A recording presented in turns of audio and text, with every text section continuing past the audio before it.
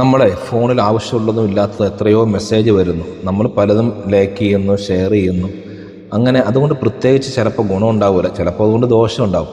എന്നാൽ നബി സല്ലല്ലാഹു അലൈഹി വസല്ലം തങ്ങളുടെ മേൽ ഒരു സലാത്ത് നിങ്ങൾ ചെല്ലിയാൽ അതുകൊണ്ട് മലക്കുകൾ 70 സലാത്ത് നമുക്ക് ചെല്ലും.